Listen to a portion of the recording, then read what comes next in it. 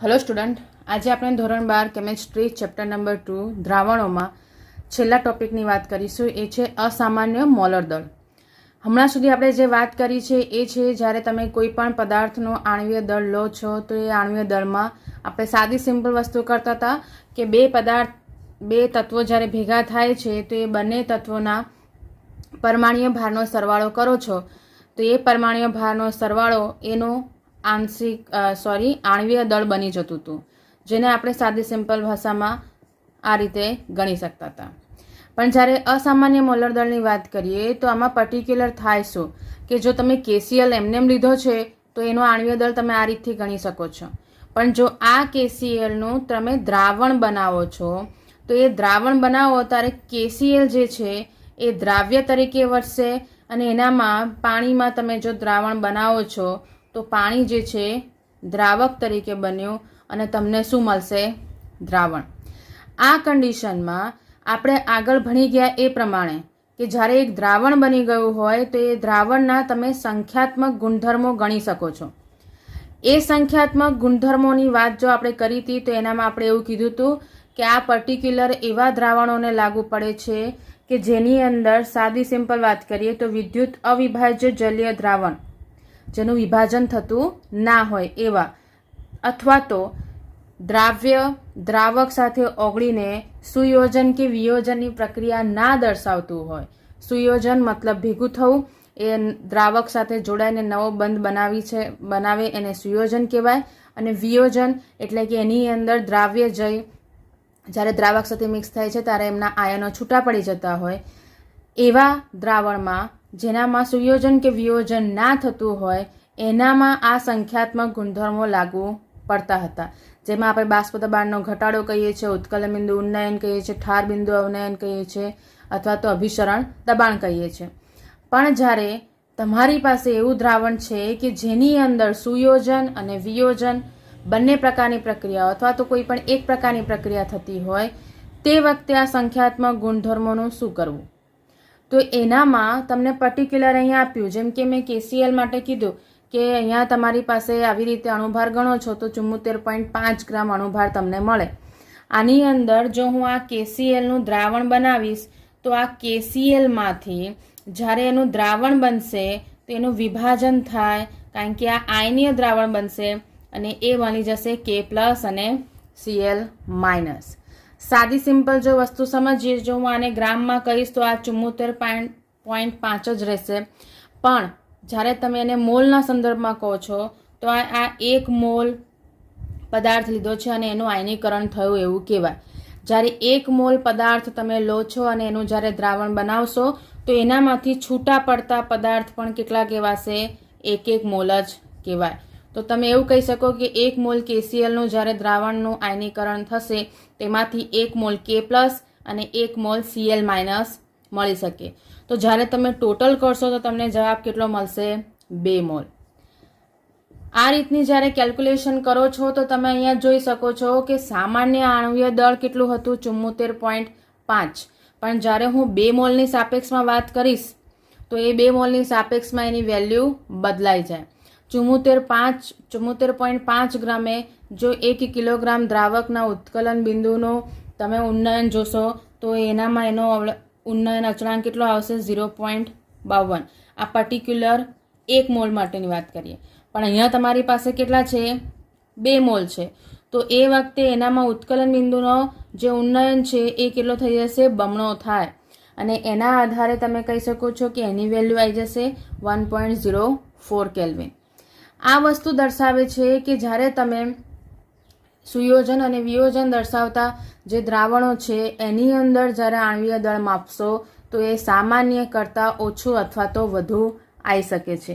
આ જે વધઘટ જે થઈ છે એના આધારે તમને અસામાન્ય મોલર દળ મળે. આ કેસીએલની જેમ બીજા ઘણા ઉદાહરણ છે, જેમ કે NaCl લો, K2CrO4, જેમાં સુયોજન ને વિયોજનની જો વાત કરીએ, પર્ટિક્યુલર વિયોજનની વાત કરીએ તો આનામાંથી પણ તમને શું મળશે? 2K+ અને SO4- 2. તો તમારો વિયોજન જે છે એ કયા પ્રમાણમાં થયું? 3. એવી રીતે જો FeCl3 લઈએ તો FeCl3માં Fe+3 + 3Cl- તો એ કયાનો વિયોજન કયા પ્રકારનું થયું તો કહેવાય એનામાંથી 4 આયનો છૂટા પડ્યા, 4 દ્રવ્યકણ મળ્યા, એટલા માટે એનો 4 આંક કહેવાય. આ જે છે વિયોજન થયું એવું કહેવાશે. વિયોજન થાય તે વખતે દ્રાવ્યકણની સંખ્યામાં વધારો થાય છે અને એના આધારે તમે એને આણ્વીય દળ સાચું મેળવી શકતા નથી.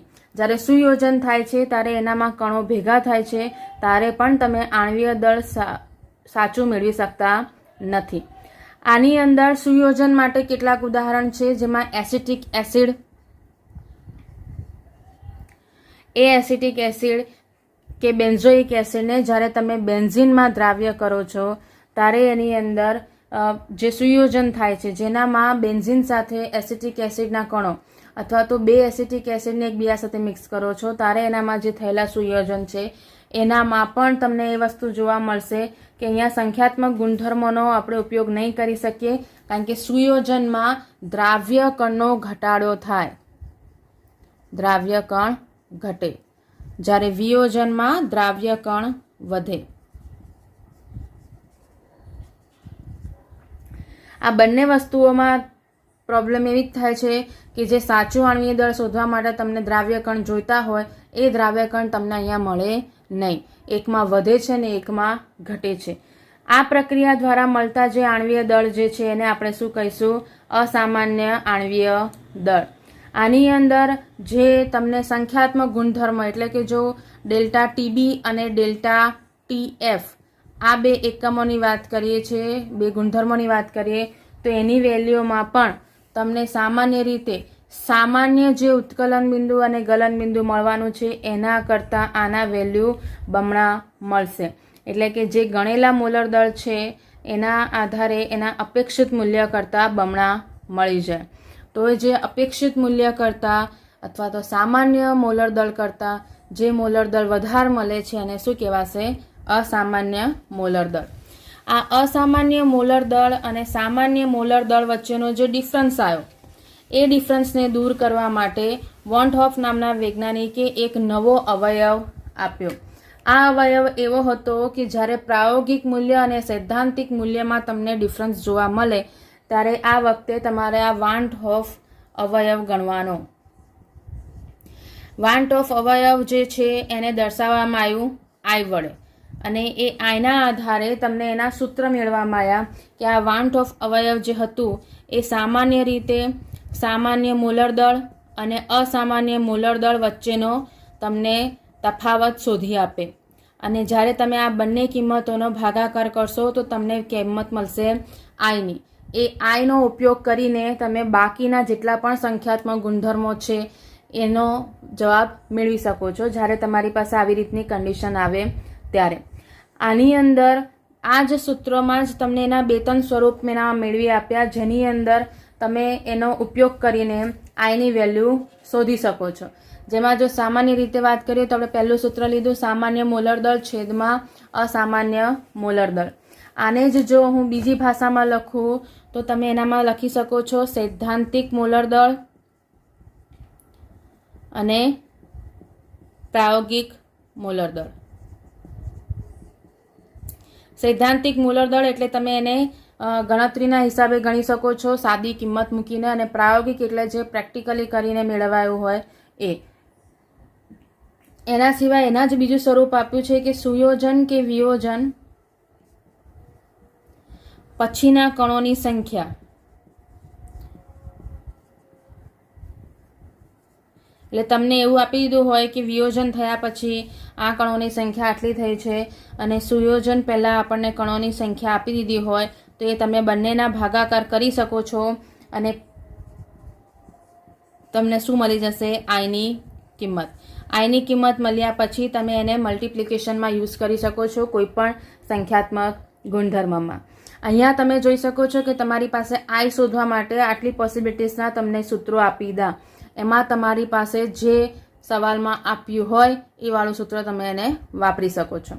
અહીંયા જે તમને આપી દીધું છે કે અસામાન્ય મોલર દળ છે પ્રાયોગિક રીતે નક્કી કરેલું મોલર દળ કહેવાય, એટલે આ બંને સૂત્ર તમે સરખા કહી શકો છો. એવી જ રીતે ગણતરી કરેલ સંખ્યાત્મક ગુણધર્મ જે છે એ અબાષ્પશીલ દ્રાવ્યના સુયોજન અને વિયોજન ઉપર આધારિત હોય છે. એના આધારે તમે એને ગણી શકો છો. આમાં યાદ રાખવાની જે વસ્તુ આવી છે, જે તમારે એક વાક્ય માટે યાદ રાખી લેવાનું અથવા તો MCQ માટે, એ છે કે જ્યારે સુયોજન થાય છે ત્યારે આઈનું જે મૂલ્ય હોય એ આઈનું મૂલ્ય 1 કરતાં ઓછું હોય છે. જ્યારે વિયોજન તમે લેશો ત્યારે વિયોજનમાં આઈનું મૂલ્ય જે છે એ 1 કરતાં વધારે હશે. ઉદાહરણમાં જો સમજી શકીએ વિયોજન માટેનું તમને આપી દઈએ તો KCL લઈએ, એ બંનેનું વિયોજન થાય છે, એટલા માટે એના માટે વિયોજન અંશની વેલ્યુ કેટલી થઈ ગઈ? 2, એટલે કે આઈની વેલ્યુ. કારણ કે સાદી સિમ્પલ ભાષામાં જો તમને આઈની વેલ્યુ ગણવા કે જેનામાં વિયોજન થતું હોય ત્યારે તમારે એનું આયનીકરણ કરી દેવાનું અને એ જ એનો આઈ ગણાય. એવી તમારા જેમ ઉદાહરણ જોયું એમ FeCl3 માટે આઈની વેલ્યુ કેટલી લખાશે? 4. Na2SO4 માટે 3. એવી રીતે તમારી પાસે MgSO4 છે. આ ઉદાહરણો તમને ચોપડીમાં આપી દીધા છે, તમે એનામાં પણ જોઈ શકો છો. આની અંદર તમારે ખાલી એટલું જ જોવાનું છે કે જેનું જેટલું આયનીકરણ થયું છે એનો સરવાળો કરી દો, એ એનો શું કહેવાશે? વિયોજન અંશ અથવા તો વોન્ટ ઓફ અવયવ આઈની વેલ્યુ. આ જે વસ્તુ મળી ગઈ છે એને જ્યારે તમારે સૂત્રોમાં મૂકવું હોય તો સૂત્રોની અંદર કશું જ કરવાનું નથી. તમારી પાસે જે પણ સંખ્યાત્મક ગુણધર્મો છે એ સંખ્યાત્મક ગુણધર્મોને તમારે ખાલી મલ્ટિપ્લિકેશન કરવાનું. જેમ કે P10 -P1 upon P10, આનામાં તમે N2 upon N1 લેતા તેને ગુણ્યા શું કરી દેવાનું? I. એવી રીતે ડેલ્ટા TB લઈએ તો ડેલ્ટા TB માટેનું સૂત્ર તમે શું લખતા હતા? W2 ઇન્ટુ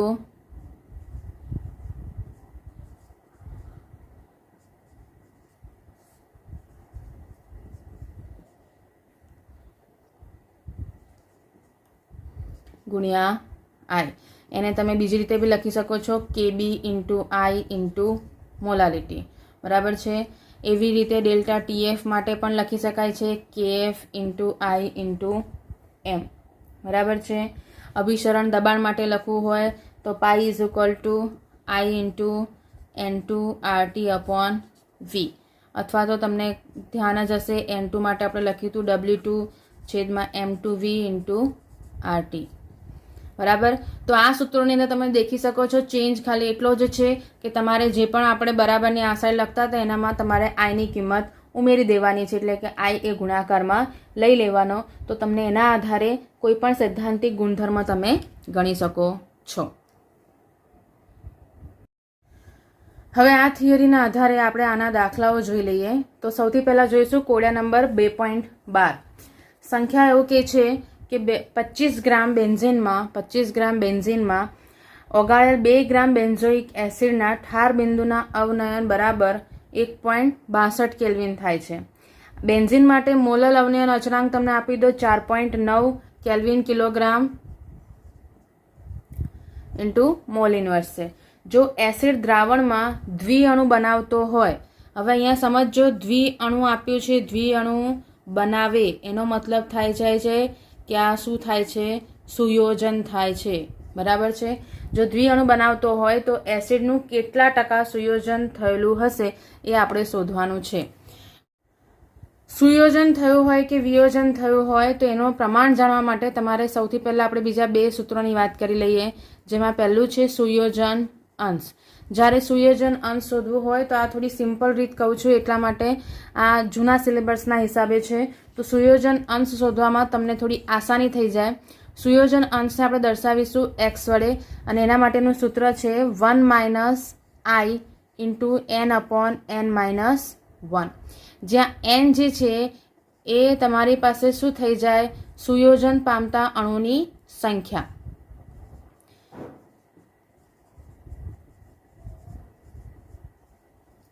એવી જ રીતે તમારી પાસે આવશે વિયોજન અંશ. આ 2 સૂત્રો યાદ રાખી લેવાના તો થોડું ઇઝી પડશે. એને આપણે દર્શાવીશું આલ્ફા વડે. એનું સૂત્ર છે I - 1 છેદમાં N - 1, જ્યાં Nની કિંમત શું છે? વિયોજનથી છૂટા પડતા અણુઓની સંખ્યા.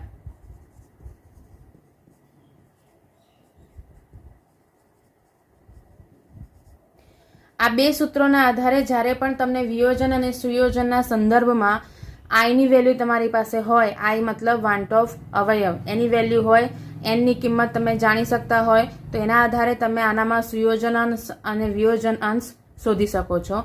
તો આપણે આ દાખલામાં પણ આ રીતે જ શોધીશું. તો અહીંયા તમે જોઈ શકો છો, તમને દ્વિઅણુ કહી દીધું છે, મતલબ કે તમારી પાસે સુયોજન થાય છે એની માહિતી મળી ગઈ. હવે આપણે જે વસ્તુ આપી દીધી છે એની જો વાત કરીએ તો સૌથી પહેલાં મારે આઈ શોધવો પડે. આઈ શોધવા માટે મારી પાસે 2 મોલર દળ હોવા જોઈએ, સામાન્ય અને અસામાન્ય. સામાન્ય મોલર દળ હું ગણી શકું છું આ બધાની કિંમત મૂકીને. જો હું એનો અણુભાર ગણું તો એ મને મળશે 122 ગ્રામ પ્રતિ મોલ. તો મને સામાન્ય મળી ગયું. હવે મારે શોધવું પડે અસામાન્ય મોલર દળ. અસામાન્ય મોલર દળ એટલે પ્રાયોગિક રીતે મેળવેલું મોલર દળ. પ્રાયોગિક રીતે કેવી રીતે મળીશું? તો જે આ કિંમતો તમને આપી દીધી છે એનો ઉપયોગ કરીને તમે ઠાર બિંદુ અવનયનનું જે સૂત્ર છે એ ઠાર બિંદુ અવનયનના સૂત્રમાં કિંમત મૂકી તમે મોલર દળ શોધી શકો છો અને એના આધારે તમને અસામાન્ય મોલર દળ મળશે. અહીંયા મારે M2 શોધવાનો છે એટલે હું M2ને સૂત્ર કરતા કરું, બાકીની કિંમતો આપણે મૂકીશું તો તમને મળી જશે કિંમત. W2ની કિંમત તમારી પાસે છે 2 ગુણ્યા 1000. KFની વેલ્યુ આપી દીધી છે 4.9, ડેલ્ટા TFની વેલ્યુ છે 1.62 અને W1ની કિંમત આપી દીધી છે 25. જ્યારે તમે આનું સાદું રૂપ આપશો ત્યારે એનો જવાબ આવશે 141.97 ગ્રામ પ્રતિ મોલ. આ આપણને મળી ગયું છે અસામાન્ય મોલર દળ, જેને પ્રાયોગિક રીતે જે વેલ્યુ આપી છે એના આધારે આપણે શોધી કાઢ્યું. તો હવે હું એના માટે આ બંનેનો ઉપયોગ કરીને આપણે શું શોધીશું? વાંટ ઓફ અવયવ. વાઉન્ટ ઓફ અવયવ આઈ એટલે શું છે? સામાન્ય મોલર દળ છેદમાં અસામાન્ય મોલર દળ. બંનેનો ભાગાકાર કરવાનો.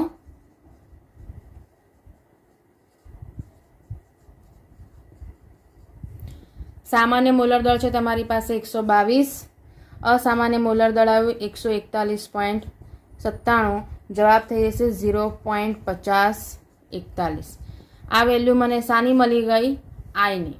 તો હમણાં જેમ કીધું એ પ્રમાણે કે જ્યારે તમારી પાસે આઈની વેલ્યુ છે તો તમારે એક બીજી વસ્તુ શોધવાની, એ છે સુયોજન પામતા અણુની સંખ્યા. તમને અહીંયા સંખ્યામાં જ આપી દીધી છે કે અહીંયા દ્વિઅણુ બનાવે છે. તો દ્વિઅણુ બરાબર શું થઈ જશે? 2. માટે એની કિંમત થઈ જશે 2. તો હવે તમે સુયોજન અંશ શોધી શકો છો આના ઉપરથી, અને એ સુયોજન અંશનું સૂત્ર આપણે હમણાં જ જોયું, 1 - I × n/n-1. કિંમતો મૂકીએ. આઈની કિંમત આપી દીધી છે, એનની કિંમત 2/1 લખી શકું, 2માંથી 1 જાય એટલે 1 જ બાકી રહેશે. તો જવાબ તમારી પાસે થઈ જશે 0.9918. આના આધારે તમે એવું કહી શકો છો કે અહીંયા સુયોજન 99.18% થાય છે.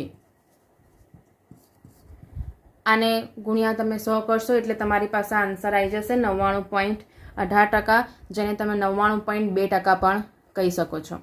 આ જે વેલ્યુઝ મળી ગઈ એનામાં તમને સરળ એટલા માટે પડ્યું છે કારણ કે આપણે આ બીજી રીતનું સૂત્ર વાપર્યું છે.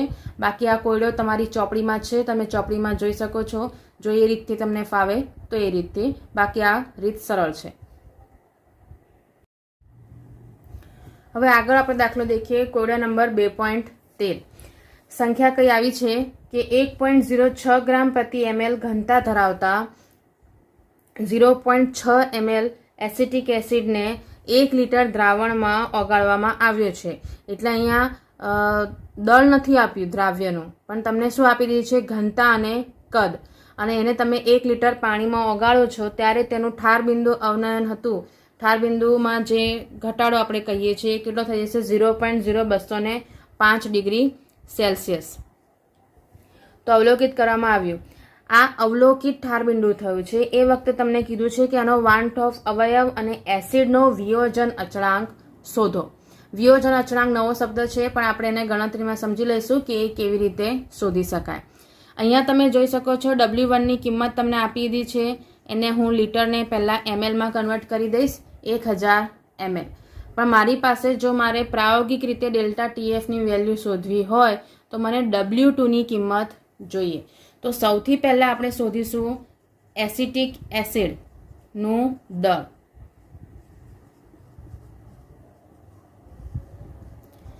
તે દળ માટે તમારી પાસે સૂત્ર છે ઘનતા બરાબર દળ ભાગ્યા કદ. તો અહીંયા દળ જો મારે શોધવું હોય તો શું કરીશું આપણે? ઘનતા ગુણ્યા કદ. ઘનતા કેટલી આપી દીધી છે તમારી પાસે? 1.06. કદ આપી દીધું છે 0.6. આ બંનેનો જ્યારે ગુણાકાર કરશો તો તમને વેલ્યુ શું મળી જશે? 0.636 ગ્રામ. આ તમને શું મળી ગયું? W2. તો હવે તમારે આની કિંમત મૂકવાની ક્યાં? ડેલ્ટા TFના સૂત્રમાં. ડેલ્ટા TFની વેલ્યુ આપણે શોધવાની છે પ્રાયોગિક રીતે.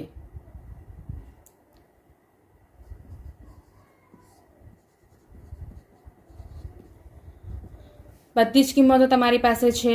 અહીંયા M2નું દળ તમે શોધી શકો છો. એસિટિક એસિડ છે એટલા માટે જ્યારે એની વેલ્યુ તમે શોધશો તો એ તમને મળી જશે અણુભાર 60. W2ની કિંમત તમે શોધી લીધી છે. KFની વેલ્યુ તમને આપી છે. M2 આપણે ગણ્યો અને W1 તમારી પાસે છે. તો 1000 તો જતા રહેશે. સાદો ગુણાકાર થશે અને ભાગાકાર થશે. એના આધારે તમારી પાસે જવાબ આવશે 0.0197. આને આપણે કરીશું ગણતરી કરેલું ઠાર બિંદુ અવનયનનું વેલ્યુ. તો આના આધારે જ્યારે વાન્ટ ઓફ અવયવની વેલ્યુ શોધશો તો વાન્ટ ઓફ અવયવ એટલે તમારો શું થઈ ગયો? I. તો આઈનું શું થઈ જશે? અવલોકિત ઠાર બિંદુ છેદમાં ગણતરી કરેલ ઠાર બિંદુ.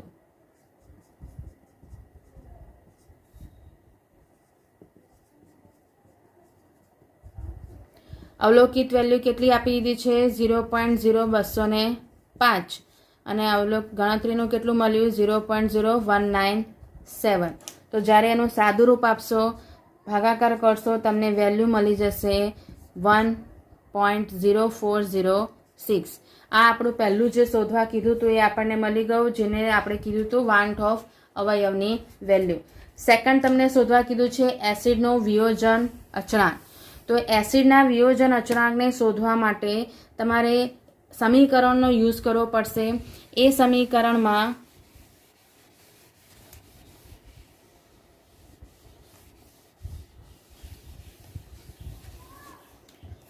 એસિટિક એસિડનું આયનીકરણ બતાવવું પડે. એસિટિક એસિડનું આયનીકરણ જો લઈએ તો એ તમારું કયા રીતે થશે? H+ અને CH3COO-. હવે આની અંદર જ્યારે વિયોજન અચળાંક શોધવાનો હોય તો વિયોજન અચળાંક શોધવા માટેનું સૂત્ર છે નિપજોની સાંદ્રતાનો ગુણાકાર છેદમાં પ્રક્રિયકોની સાંદ્રતાનો ગુણાકાર. આ જે વેલ્યુ મળે છે એની અંદર તમારે સામાન્ય રીતે અહીંયા એસિટિક એસિડનું શું થયું છે? વિયોજન થયું છે. તો એ વિયોજન થવા માટે તમારે સૌથી પહેલાં એનો વિયોજન અચળાંક પણ શોધીને રાખવો પડે અથવા તો વિયોજન અંશ શોધવો પડે અને એના આધારે એનો વિયોજન અચળાંક શોધાય. તો સમીકરણ આપણે લઈએ એ પહેલાં એક વસ્તુ સમજીએ કે તમારે અહીંયા પરિસ્થિતિ આપવાની છે. પરિસ્થિતિ આપીએ તો શરૂઆતની પરિસ્થિતિ જ્યારે હું લઈશ એ શરૂઆતની પરિસ્થિતિમાં જો હું એવું કહી શકું કે એસિટિક એસિડની સાંદ્રતા કેટલી છે? C છે. C મોલ તમે કહી શકો છો.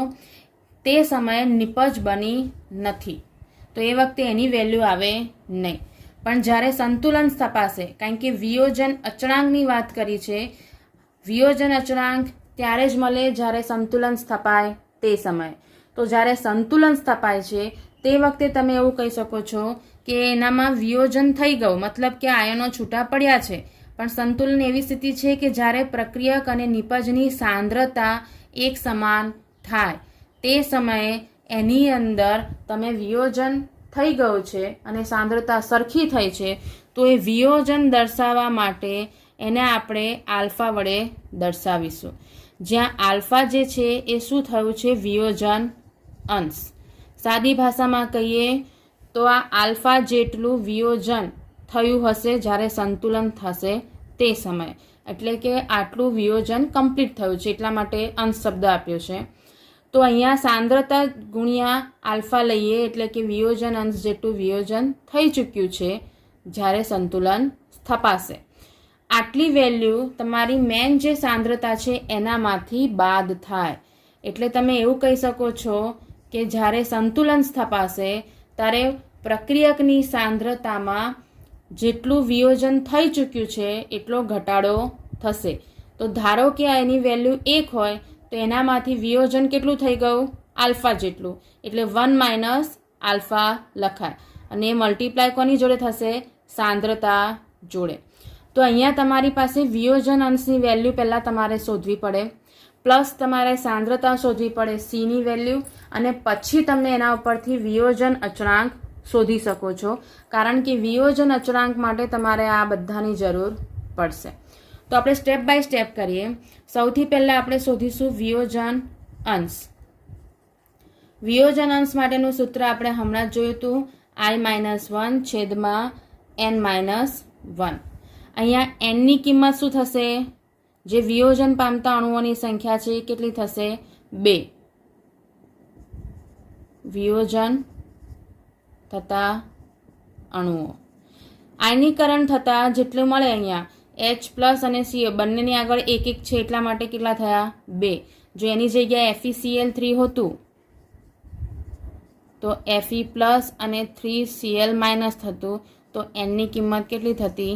4. બરાબર છે. તો એવી રીતે એને સમજવાનું અને એની રીતે nની કિંમત મૂકવાની. તો આનામાં જ્યારે આની વેલ્યુ આપણે આગળ શોધી ચૂક્યા છે 1.041 - 1 છેદમાં 2 - 1, તો જવાબ તમારો થઈ જશે 0.41. આ તમને શું મળી ગયો? આલ્ફા. એવી રીતે તમારે સાંદ્રતા સી શોધવી પડે. સાંદ્રતા સી એટલે બીજું કશું જ નહીં, શું શોધવાની? મોલારિટી. વજનના છેદમાં અણુભાર ગુણ્યા દ્રાવણનું કદ, સામા લીટરમાં. વજન તમને અહીંયા આપણે જો લઈએ તો એ પર્ટિક્યુલર શું લેવાઈ જશે? 0.636. આ જે વજન તમને મળ્યું છે એ વજન તમને ધ્યાન હોય તો આપણે ગણ્યું હતું એસિટિક એસિડનું વજન, એની વેલ્યુ અહીંયા મૂકીશું W2ની 0.636 ભાગ્યા એનો અણુભાર છે 60. 1 લીટર દ્રાવણમાં બનાવવાનું હતું એટલા માટે સાંદ્રતા થઈ ગઈ 0.0106.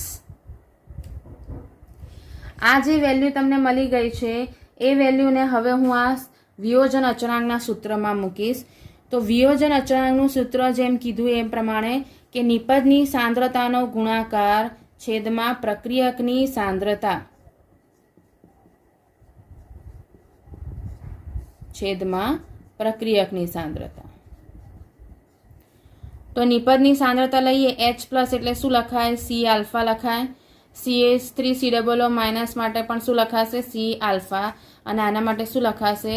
C × 1 - alpha. એક C જતો રહેશે, બાકી રહેશે C આલ્ફા સ્ક્વેર છેદમાં 1 - આલ્ફા. કિંમત મૂકી દઈએ તો એ કિંમતમાં તમે જોઈ શકો છો Cની કિંમત તમારી પાસે કેટલી છે? 0.0106 અને આલ્ફાની કિંમત મળી છે 0.41. એનો શું કરીશું? વર્ગ ગુણ્યા 1 - 0.041.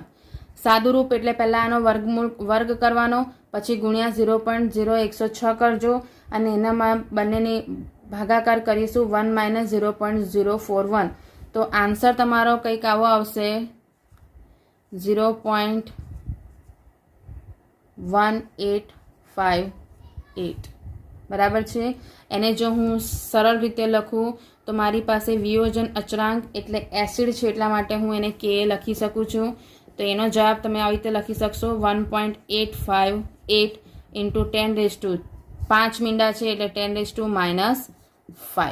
તો આ થયો તમારો વિયોજન અચળાંકની વેલ્યુ શોધવાનું સૂત્ર અને એના આધારે તમારો જવાબ. ધ્યાન રાખવાનું, વિયોજન અચળાંક બેઝ માટે હોય તો તમારે અહીંયા કેવી લખી દેવાનું, પણ સૂત્ર એ જ રહેશે, નિપજની સાંદ્રતા છેદમાં પ્રક્રિયકની સાંદ્રતા. તમારે આવી રીતે સમીકરણ છૂટું કરવાનું અને એનામાં કિંમત મૂકી દો. વિચારવાનું કે શરૂઆતની પરિસ્થિતિમાં નિપજ નથી હોતી એટલા માટે એની વેલ્યુ આપણે 0 મૂકીએ છીએ. સંતુલન સમયે કેટલો વિયોજન થયું છે એને તમારે બાદ કરી દેવાનું 1માંથી, કિંમત મૂકો અને તમને શું મળી જશે? વિયોજન અચળાંક. બરાબર છે. આગળ દાખલો દેખીએ, સ્વાધ્યાય નંબર 2.41. પણ એની પહેલાં હમણાં જે કોયડો કર્યો એના જેવો જ સેમ જ દાખલો છે, એ છે સ્વાધ્યાયનો 2.33. એ જ રીતે ગણવાનો છે, એટલે તમે સ્વપ્રયત્ન એને ટ્રાય કરી શકો છો. આ દાખલાની અંદર રકમ તમને આપી છે કે 25 ડિગ્રી સેલ્સિયસ તાપમાન. 25 ડિગ્રી સેલ્સિયસ તાપમાનને જો હું 273 પ્લસ એડ કરું એટલે જવાબ થઈ ગયો 298 કેલ્વિન. તાપમાને 2 લિટર પાણીમાં 25 mg K2SO4 ઓગાળેલો છે. શું ઓગાળ્યું છે? K2SO4.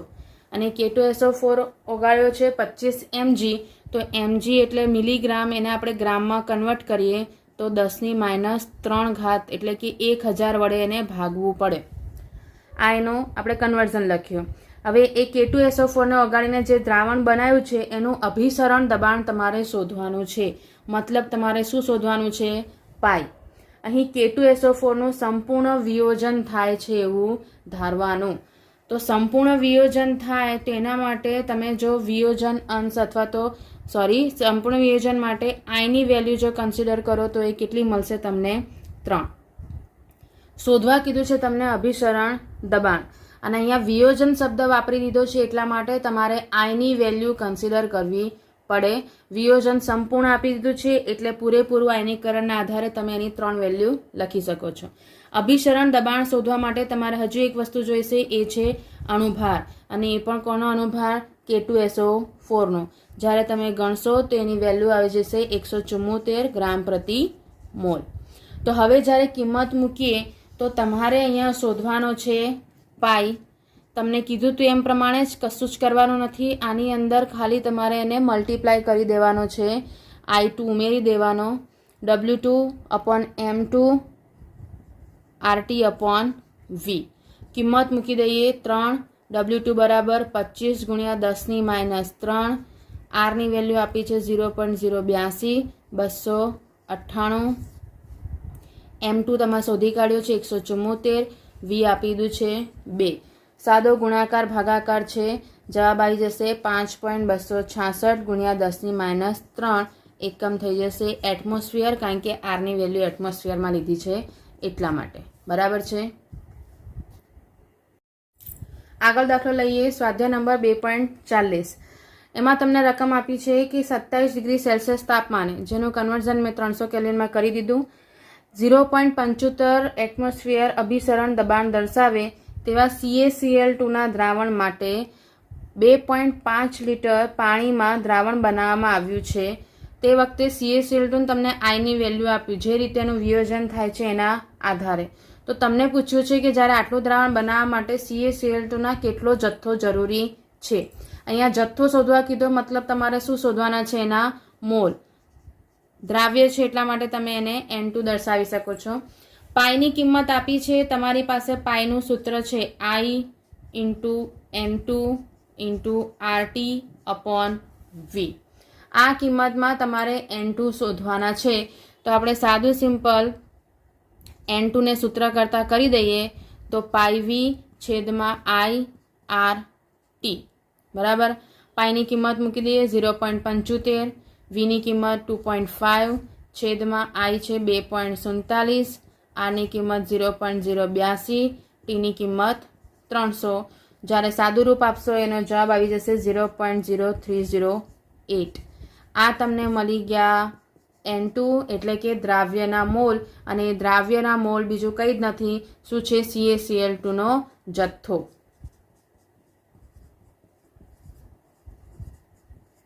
બરાબર. હવે લઈએ સ્વાધ્યાયનો 2.32મો દાખલો. એમાં આપ્યું છે કે જો 10 ગ્રામ તમને સંયોજનનું સૂત્ર આપી દીધું છે CH3CH2Cl COOH ને 250 ગ્રામ જેટલા પાણીમાં ઉમેરવામાં આવે છે ત્યારે પાણીનું ઠાર બિંદુ અવનયન શોધો. તમારે શોધવાનું છે ડેલ્ટા ટીએફની વેલ્યુ. અહીંયા જે છે તમારે સૌથી પહેલાં વસ્તુ સમજવી પડે કે અહીંયા તમને આઈની વેલ્યુ નથી આપેલી, પણ તમને અહીંયા આપી દીધું છે સાદું સિમ્પલ વિયોજન અચળાંક. અને વિયોજન અચળાંક આપ્યો છે એનો મતલબ છે કે આનામાં વિયોજન થઈ રહ્યું છે. તો વિયોજન થઈ રહ્યું હોય તો તમારે આઈના આધારે જ ડેલ્ટા ટીએફની વેલ્યુ શોધવી પડે. તો સૌથી પહેલાં તમારી પાસે જેમ આપણે વિયોજન અચળાંક છે તો વિયોજન થવું જરૂરી છે, તો એ વિયોજનનું સૂત્ર બનાવીએ. તો તમારી પાસે જે સંયોજનનું અણુસૂત્ર આપ્યું છે આપણે એનામાંથી જ એનું વિયોજન થઈ રહ્યું છે એ દર્શાવવું પડે. તો એ વિયોજન આ પ્રકારે થશે, કારણ કે અહીંયા Cl છે અને COOH માઇનસ છે, તો સૌથી પહેલાં H+ આયન છૂટો પડે.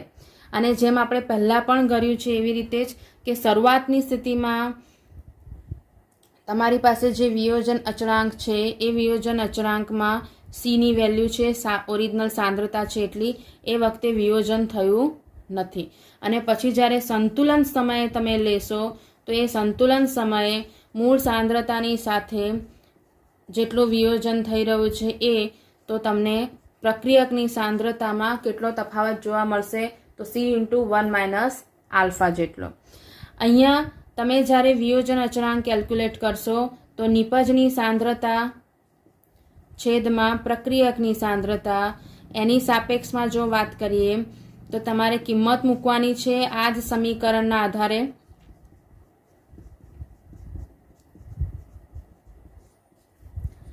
C∝ છેદમાં 1 - આલ્ફા. અહીંયા તમે એવું કહી શકો છો જ્યારે તમારે આવી રીતના સૂત્રો આપ્યા હોય અને કિંમતો આલ્ફાની શોધવાની હોય તો તમે અહીંયા એવું દર્શાવી શકો છો કે અહીંયા C∝² સાપેક્ષમાં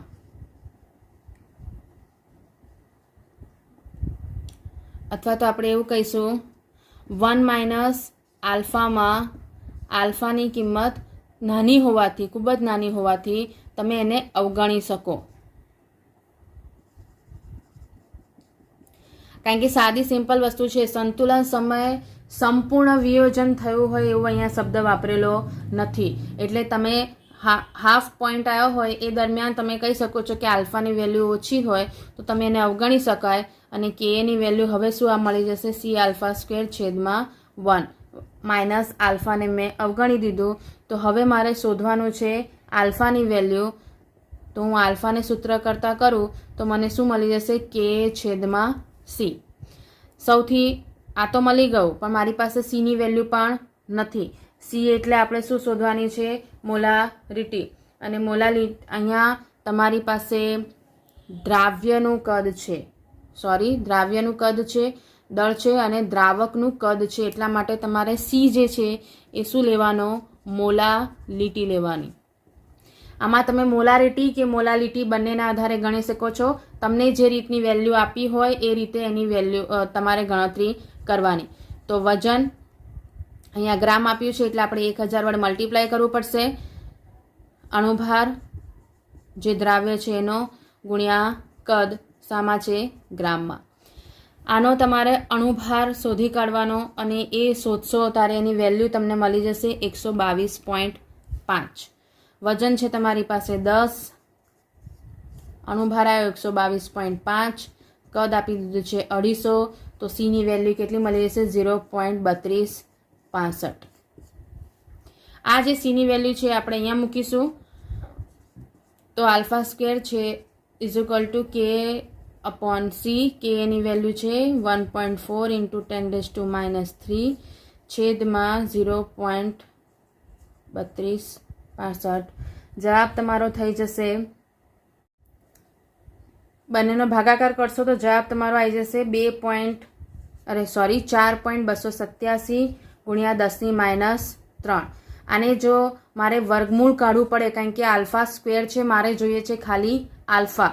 તો વર્ગમૂળ કરવા માટે 10⁻3 છે એનું વર્ગમૂળ ના નીકળે, એને આપણે -4 કન્વર્ટ કરવી પડે. તો હું ઘાતને ચેન્જ કરું તો મને α² ની કિંમત આ મળશે. અને જ્યારે હું આનું વર્ગમૂળ કાઢીશ તો મારી પાસે જવાબ આવી જશે આપણે ઘાત -2 બહાર નીકળી જશે એટલે 6.547 ગુણ્યા 10⁻2 ઘાત. આ વેલ્યુ તમને મળી ગઈ છે આલ્ફાની. હવે આલ્ફાની વેલ્યુ મળી ગઈ છે, તમારી પાસે આઈની વેલ્યુ શોધવા માટે 2 આલ્ફા હોવા જોઈએ. અને 2 આલ્ફા એટલે એક અવલોકિત આલ્ફા હોવો જોઈએ અને એક ગણતરી કરેલો આલ્ફા હોવો જોઈએ. અહીંયા તમને જે આલ્ફા મળી ગયો છે એ આલ્ફાનો આપણે યુઝ કરીશું. સમીકરણમાં તમને જે મળ્યું છે એનામાં આપણે વિયોજન અંશની કિંમત જો મૂકીએ, એ વિયોજન અંશની કિંમત જો કન્સિડર કરો છો તો વિયોજન થતા અણુઓના આધારે એનામાં કુલ મોલ શોધવા પડે. તો સમીકરણ ઉપરથી કુલ મોલ જે મળે છે એ છે સંતુલન સમયે તમને જે વેલ્યુ મળી છે પ્રક્રિયક અને નિપજ, એ બધાની વેલ્યુનો તમારે શું કરવો પડે? સરવાળો. પણ ફક્ત કોનો? વિયોજન અંશના આધારે. તો 1 - આલ્ફા આ પ્રક્રિયકનો હતો, આ 2 નિપજનું આવ્યું. તો અહીંયા તમે દેખી શકો છો આલ્ફા જતા રહેશે અને એક વેલ્યુ શું મળી જશે? 1 પ્લસ આલ્ફાની.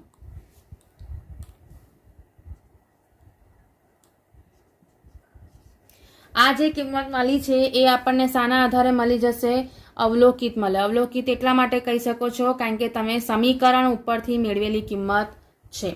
અને ગણતરીના આધારે જો કહેવા જાઓ તો ગણતરીના આધારે તમને જે મોલ મળશે એ મોલ કેટલા મળશે?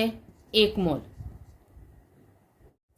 હવે આ બંને કિંમતોના આધારે, કારણ કે અવલોકિત અને ગણતરીના આધારે આપણને મોલ મળી ગયા, તો એના આધારે તમે વાઉન્ટ ઓફ અવયવ ગણી શકો છો. અને એ વાઉન્ટ ઓફ અવયવની વેલ્યુ I બરાબર અવલોકિતના છેદમાં ગણતરીનું.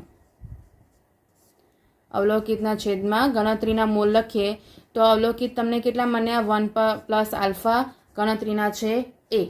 અહીંયા આલ્ફાની કિંમત તમારી પાસે છે અને એ કિંમત મૂકીએ તો 1 પ્લસ 0.0654. તો 1 પ્લસ 0.654 આ કિંમત તમને મળી ગઈ છે, એ છે આઈની.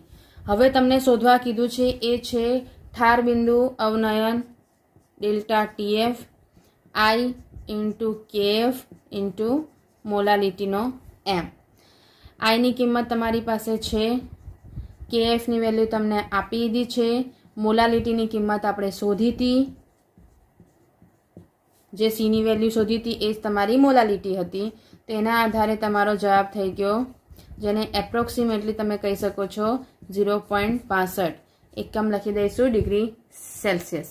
નાના જ એકમો હતા એટલા માટે.